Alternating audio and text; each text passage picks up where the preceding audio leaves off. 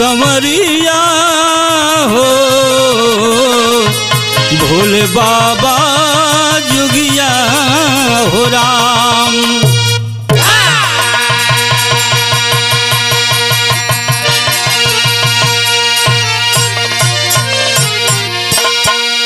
आप सभी श्रोता बंधुओं को कोटिशः नमन करते हुए विनायक स्टूडियो रसना बलिया, जिसके इंचार्ज आप ऋषिकेश जी, हारमोनियम वादक अमरनाथ जी, ढोलक वादक सुरेंद्र जी, कोरस में धनंजय और छोटे लाल जी, कवि रघुनाथ त्यागी जी के सौजन्य से मैं डॉक्टर राजेंद्र यादव आप लोगों के सामने एक बिरहा प्रस्तुत करने जा रहा हूं, जिसका शीर्षक है लोकतंत्र। आशा ही नहीं बल्कि पूर्ण विश्वास है कि आप लोग सुनेंगे और आशीर्वाद देंगे। बिरहा का शुरुआत भूमिका से है।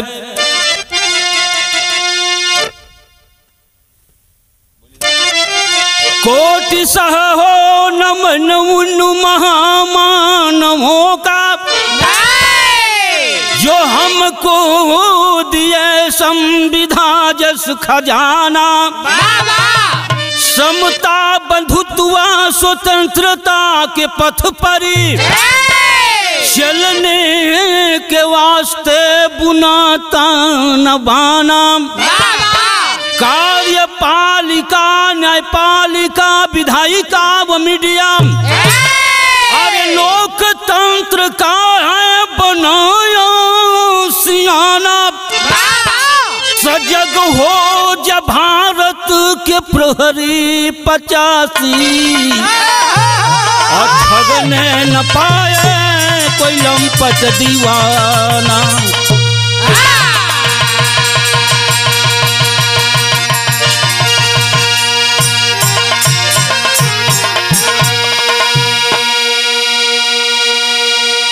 इस बिरहा के विधा में 4000 वर्ष पहले से आज तक की बात लिखी गई है। उन 85 के लिए शुभ संकेत है।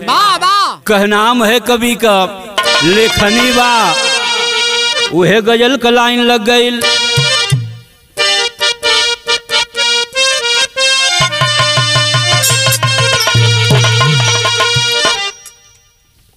अब जो है कहनाम है कि वैद खुद बनो शूद्र, वैद खुद बनो शूद्र। जख्म ये पुराना है, जख्म ये पुराना है, जख्म ये पुराना है। वैद खुद बनो शूद्र, जिया से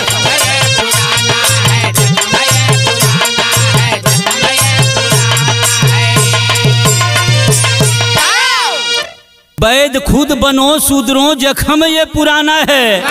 ये आज ही का जख्म नहीं है, ये 4000 बरस पूर्व का जख्म है। इसका इलाज भी आप ही के हाथ में है। मालूम नहीं है लेकिन इलाज आप ही के हाथ में है। क्या एक ही इलाज इसका, एक ही इलाज इसका। सत्ता को अपनाना है, सत्ता को अपनाना है, सत्ता को अपनाना है। ये इलाज इनका, सत्ता को अपनाना है, सत्ता को अपनाना है। एक ही इलाज इसका, सत्ता को अपनाना है। बस ये हमनी का रोग बा। काहे से कि एकरा के हमनी का छोड़ देले बानी जाम। अरे 85 के लोगों, जगना है तो जग जाओ। अभी हमें से वह लाइन बाप, अगर नहीं जगेंगे तो फिर वही दशा हो जाएगी जो पहले थी। याद करो उस समय को सर उठा नहीं सकते थे, मर्जी से अपनी कदम एक बढ़ा नहीं सकते थे। जनवरी 1950 की दस्तान। लागू हुआ है देश में भारत का संविधान। मतदान का अधिकार 85 को मिल गया। निराशा बीच आशा का चमन है खिल गया। खोई हुई विरासत को हम वापस ला सकते हैं। एक रंग से चाहें तो राजा बना सकते हैं।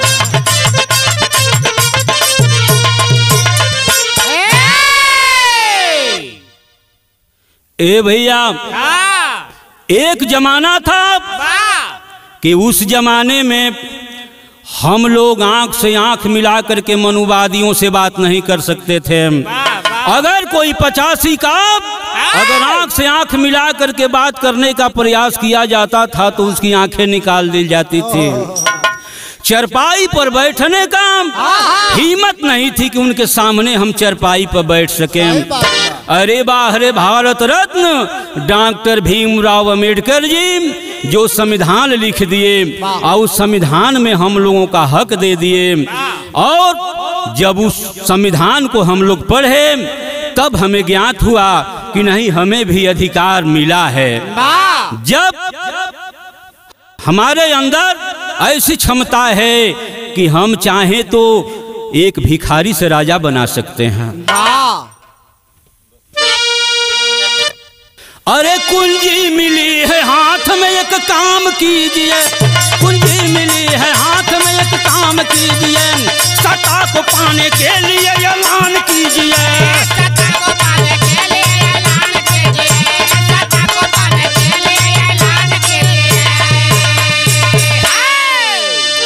जग जाओ 85 के लोगों, यदि आपको सत्ता पाना है तो आप लोग अलर्ट हो जाएं।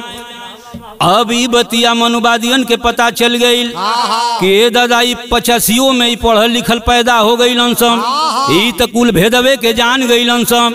तो ई मनुवादी वाला का कैलन कि अपने यहाँ मीटिंग कैलन, आ मास्टर साहब मीटिंग कैलन तो एक लाइन तर्ज लग गई।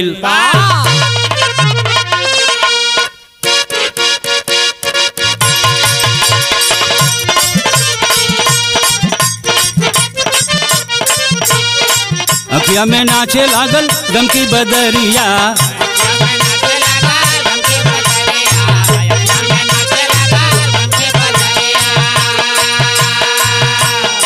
मनवादी लोगवन के धरलस भिकरिया।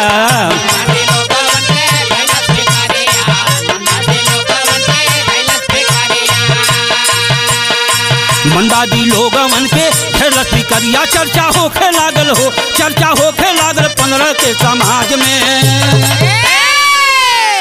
आ कैसे जियल जाई पिछड़न के राज में।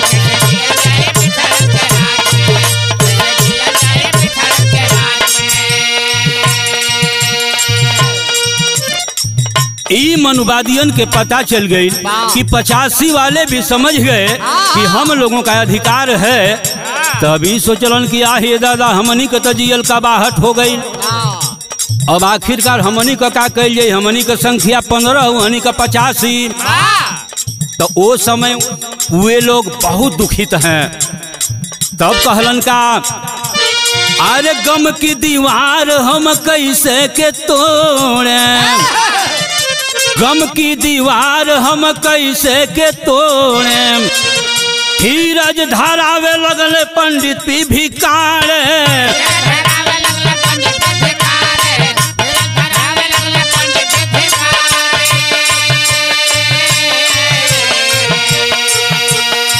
पंडित पीभी कांडे जो है आकर समझाते हैं कि चिंता करने की बात नहीं है, हम है ये न हैं। पीभी कांडे जो है खड़ा हो गया सभा में, आ खड़ा होके एगो बात कहलन। का कहलन? ब्राह्मण के पास होला 36 उपाय हो,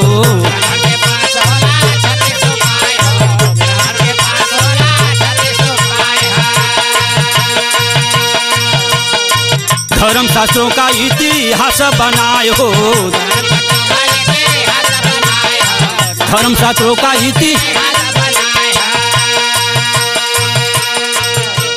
धर्मशास्त्रों का इतिहास बनाए मंत्र लिख दिहल हो, मंत्र लिख दिहल अपनी किताब में। तो कैसे जियल जाई पिछड़न के राज में है।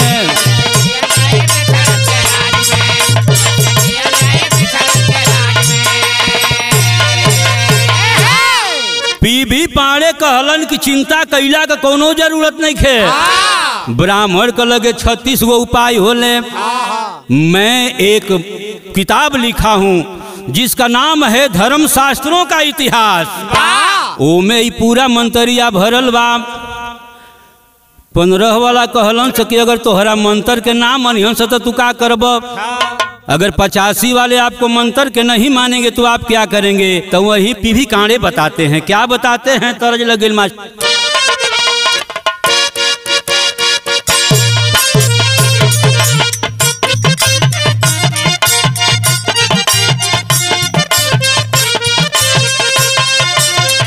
वह कहलन मनु का बंश नहीं मत के हार, मनु का बंश नहीं मत के हार।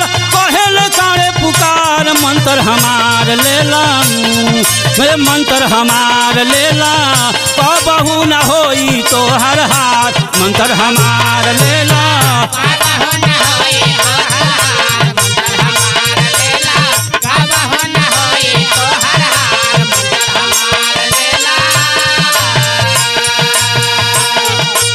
पंद्रह वाला कहलन कि तो हर मंतरिया केवन है तनी बता दो हमनी से।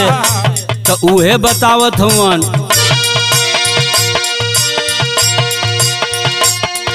सारी दुनिया रहे भगवान के अधीन हो,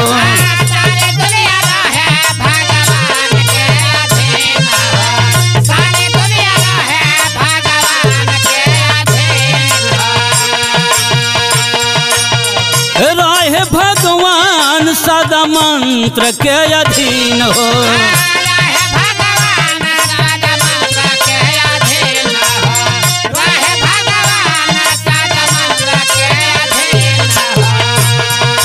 मंत्र अधीन होला ब्राह्मण के हरदम, मंत्र अधीन होला ब्राह्मण के हरदम। केहू का चोली नवार मंत्र हमार लेला, मंत्र हमार लेला। कबहू न होई तो हर हार मंत्र हमार।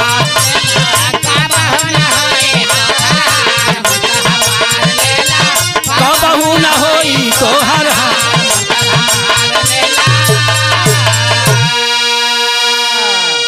कहलन की मंत्र बा।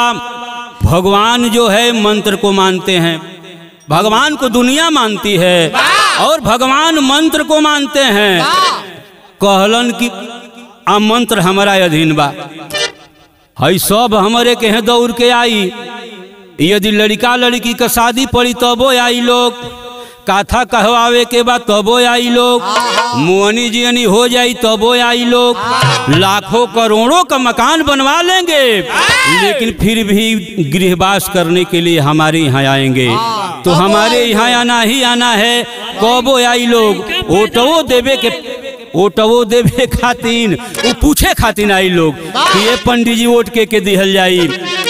तो ये लोग आवे के बाम कहलन तो 15 वाला की बात तो भाई 50 आना तो समझ में आ गई, लेकिन 50 आना भाई तो हर बात समझ में नहीं खे आवत। तो पीभी काले कहलन कि वो 50% हम समझा देता नहीं। तो कहलन का एक लाइन तरज लाग गई।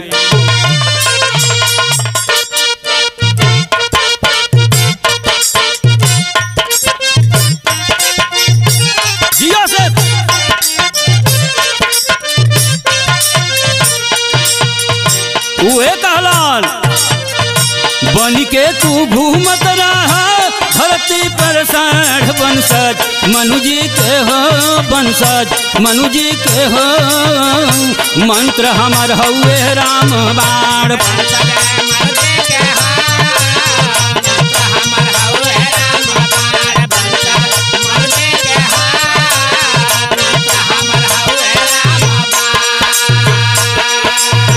देशवा चलेला सादा संसद के इशारे, इशारे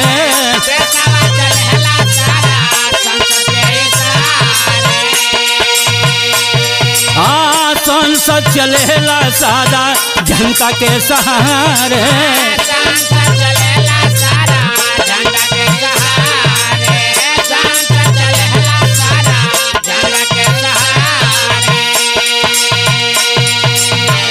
जनता के होला सादा ब्राह्मण कयाहर वंशज मानु जी के हो वंशज मानु जी के हो। मंत्र हमार हुए राम बाण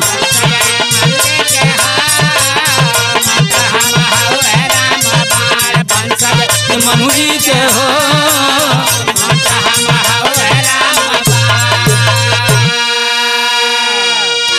कहलन की सांसद के इशारा पर ये पूरा देश चलेला।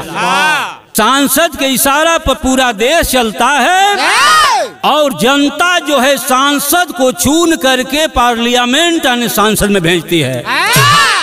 तो सांसद का अधीन जनता हो गई। आ जनता हमारे बस में बाप काहे से कि वो लोग का हमरा कहे वही के बाप कौनो बात होई तो आवे के बाप लड़का का ककन छोड़वावे के बाद तबो आवे के बाप। अब जो है ये बात जो है 85 वालों को पता चल गई कि ये भाई ये तो अपने में जो है ताल मंत्रा में रह रहे हैं। तो 85 वाला का कैलन तेरी का लाइन लग गई।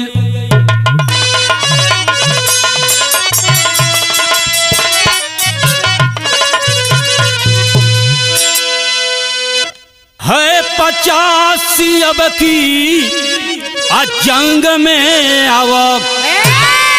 अरे 85 अब की जंग में आवा। वोट का कीमत समझा मिट जाई उदासी। अरे उदासी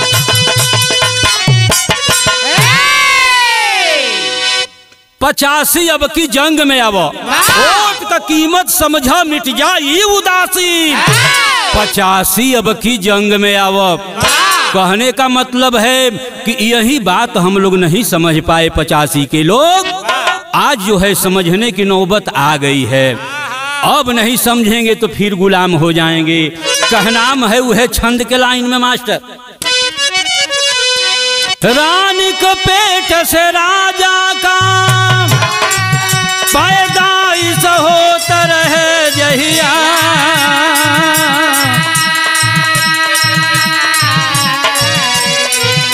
प्रचंड गुलाम की ज्वाला में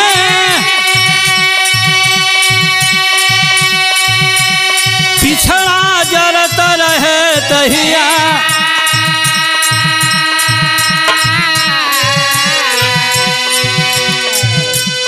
अब बैलट बाक्स से राजा का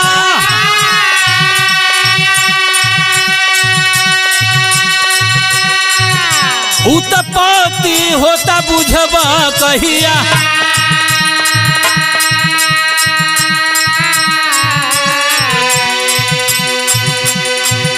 बस आपन वोट दयपना के बस आपन वोट दयपना के लोकतंत्र का मंत्र ये रहिया।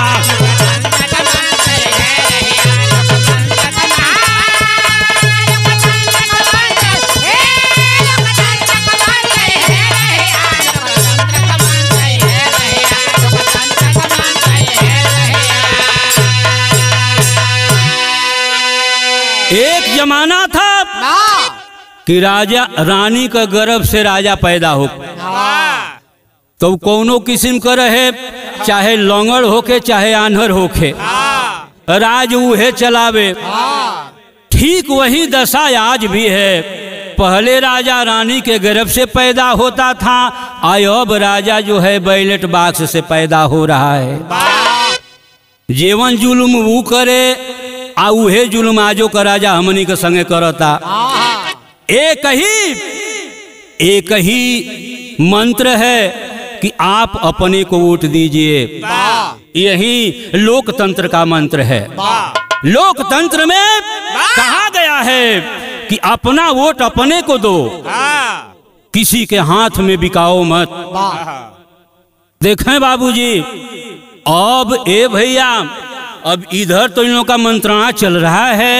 ये बतिया है पिछड़ी वर्ग वालन के मिल गई। आज जब पिछड़ी वर्ग वाले जब इस बात को पूर्ण रूप से समझ गए तो आग बबूले हो गए, ऐलान कर दिए कि अरे 15 के लोगों कान खोल करके सुन लो, अब हम लोग तानाशाही नहीं चलने देंगे।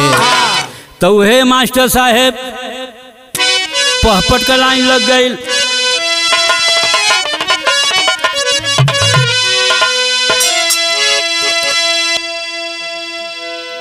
अरे पिछड़ा वर्ग लगौले बाय आवाज, राज हमके चाही। आ भारत में हम बहुसंख्यक समाज, राज हमके चाही।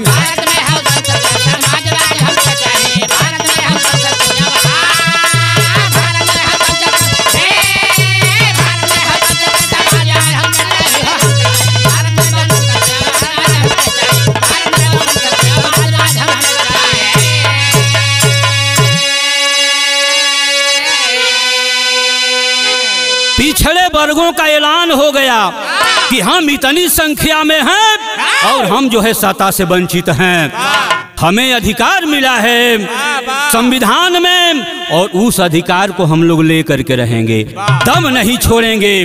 तो यही कहनाम है कि 2022 में चुनाव आने वाला है, पिछड़े वर्गों का ऐलान है कि हम लोग भी अपना 85 के लोग भी अपना प्रत्याशी खड़ा करेंगे। तो कहनाम है कि अब की चुनाव में, अरे अब की चुनाव में तारब हम प्रत्याशी हो। आ एक ओर 15 रही, हई दूसरे ओर 85 हो। अरे राजनीति का बदल जाई अंदाज, राज हमके चाहिए। अरे राजनीति का बदल जाई अंदाज, राज हमके चाहिए। अब भारत में हम बहुसंख्यक समाज, राज हमके चाहिए।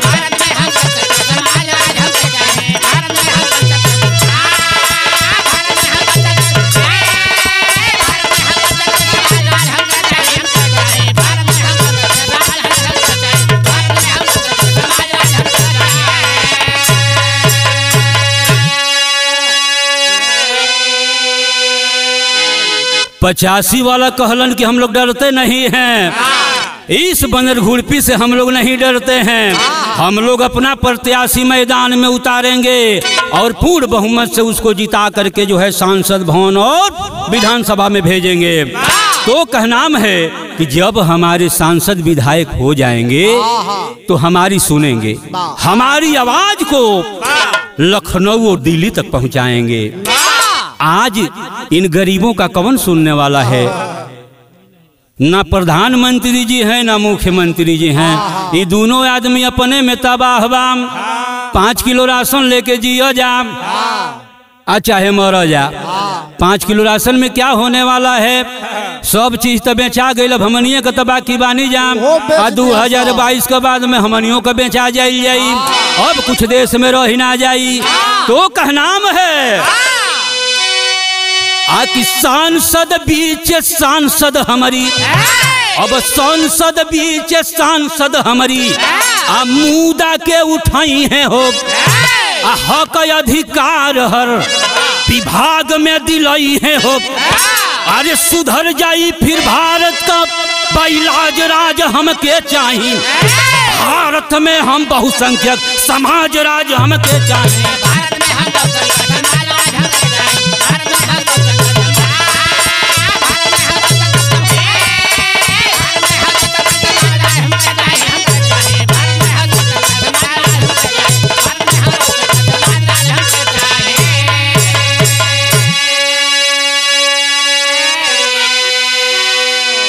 यही तो कमी है कि हम लोगों का सांसद विधायक नहीं है।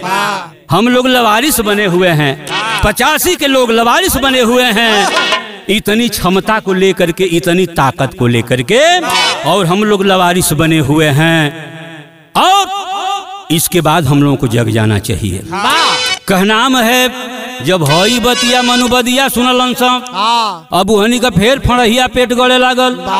कहलन से हिरे दादा ई तो एक बेर सुतल रहलन से फिर जागी गईलन सब। अभी हनियों में पढ़ल लिखल जनाता आदमी हो गईल बा। हई संविधान का किताबिया के जनाता पढ़ लिहलन सब।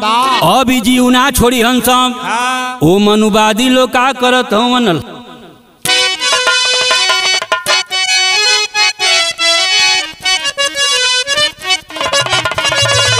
कहलन आर उच्च वर्गी लोगन में आहल चल मचलवा लागता कि जाई हमार राजावा छीना।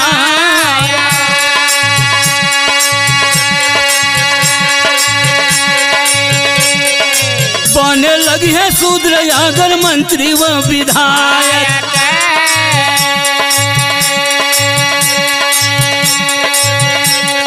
जाई तहिया ब्राह्मण का इज्जत लुटाया।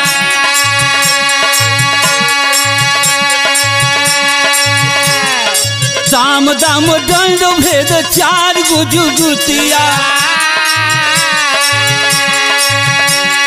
साम दाम दंड भेद चार गुजुगुतिया। एही बल लेब हम सताय अपनाया। एही बल लेब हम सताय अपनाया। साड़ी साया पाउच मुर्गा जहिया दिए हैं। धोती कुर्ता जूता साइकिल दही बटवाया। एक महीना क्षेत्र पीछे घूमी घूमी के भैया एक महीना क्षेत्र पीछे घूमी घूमी के आश्वासन का ढोल हम देव बजवाया।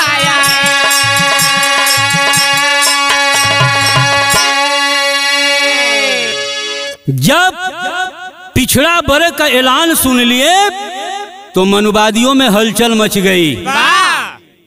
कहलन की दाद रे दाद ये लग रहा है कि अब सत्ता को ले लेंगे।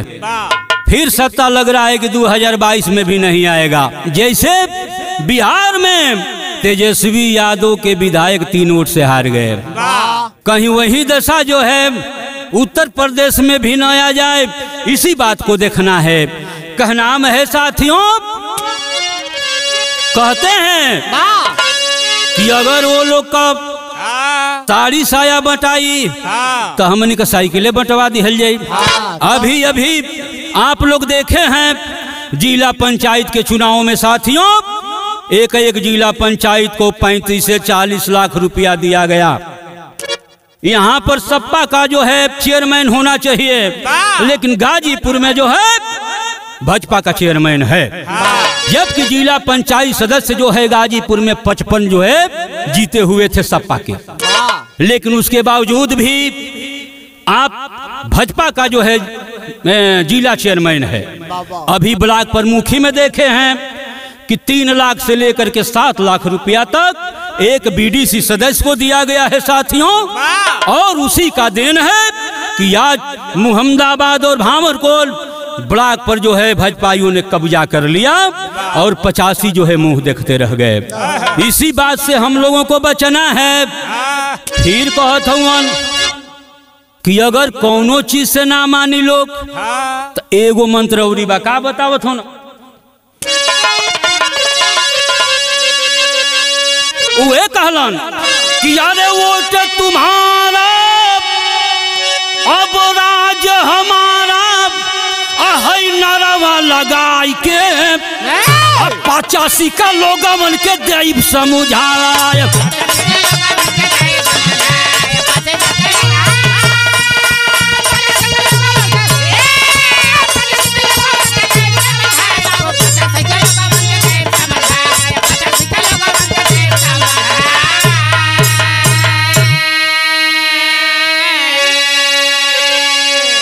पंद्रह वाला कहलन कि केहू तरह ना मन बजा तो जानत बटले बड़ा जा कि तो हम लोग एगो देव जा तो हमनी का 5 गो पावल जाई, हमनी का ले लिहल जाई। वोट तो हम लोग का रही राज हमनी का चली। देखने को मिला है अभी पिछले विधानसभा चुनाव में, लोकसभा चुनाव में देखने के लिए मिला है। हम साइकिल पर दबाएंगे, हाथी पर दबाएंगे तो उनका जो है कमल पर जाएगा। तो देखें अब जोन है 85 वाला बाण कहलन कि ए भाई ये पहले तो ओटवे लूट लेते रहलन सो, अब भाई मशीनियों में गड़बड़ बा, ये तो सीधे लोकतंत्र की हत्या है, ये तो लोकतंत्र की हत्या कर रहे हैं। तो अब 85 वाले भी जग गए साथियों। अब वही जो है करीब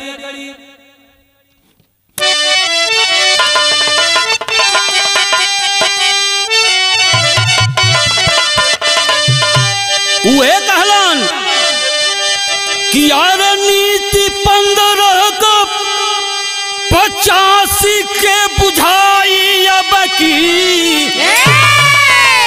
आओ तो देवे को तरीका बदलाई अब की।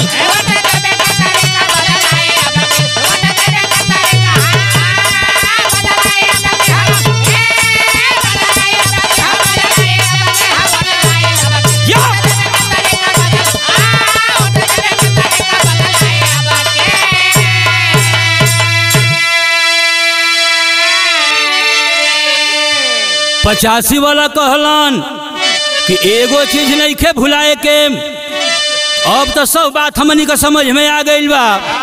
अरे पैसा केहू देत बा ओके छोड़े के नहीं खे, अरे पैसा केहू देत बा तो लिहल जाई सट के, आ लेकिन वोट दिहल जाई 15 से हट के।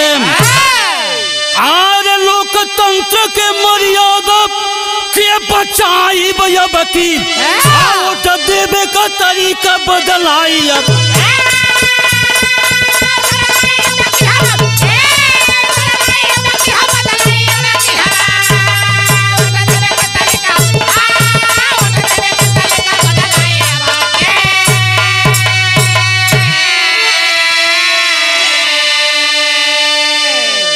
अगर पैसा मिलत बा तो वो के छोड़े के नहीं खे, अगर पैसा मिलत तो वो के छोड़े के नहीं खे, वो के ले लेवे के बा, लेकिन अपन घर छोड़े के नहीं खे। अपने पर अडिग रहना है, अपने को देखना है। अब पैसा कहीं मिल रहा है तो उसको ले लेना है। आज ये अगर वो मंजिल पर पहुंचे वाला नहीं खे उनको भी पहुंचवा करके दिलवा देना है। तो कहनाम है साथियों कि पूंजीवाद और मनुवाद का चली ना ये को चारा हो। अब पूंजीवाद और मनुवाद का चली ना ये को चारा हो। अब 22 से 25 तक रही 85 का नारा हो। अरे ओके जात बाटे और पर लड़ाई अब की, अब वोट देवे का तरीका बदलाई अब की।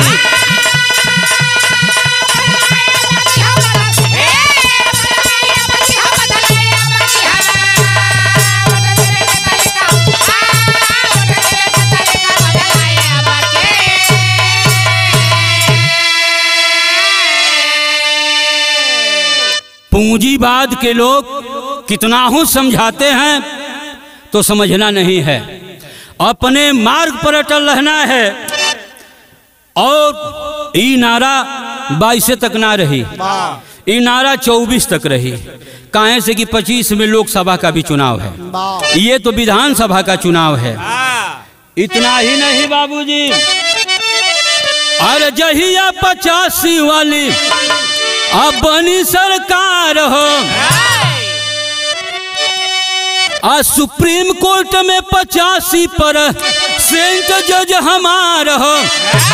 जहिया 85 का सरकार बन जाई, सांसद विधायक आ जज ये सब हमारे होंगे, कहीं हमको दिक्कत नहीं होगी। और सांसद पिछड़ा सांसद ऊपर झंडा फहराई अब की वोट देवे का तरीका बदलाई अब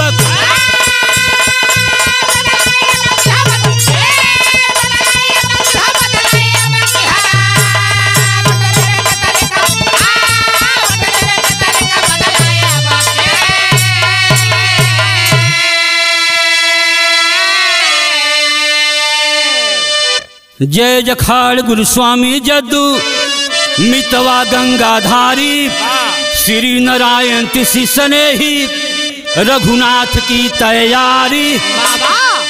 अरे 50 अब की जंग में अब अरे 50 अब की जंग में अब लेखनी रघुनाथ राजेंद्र की सत्यभाषी 50 अब की जंग में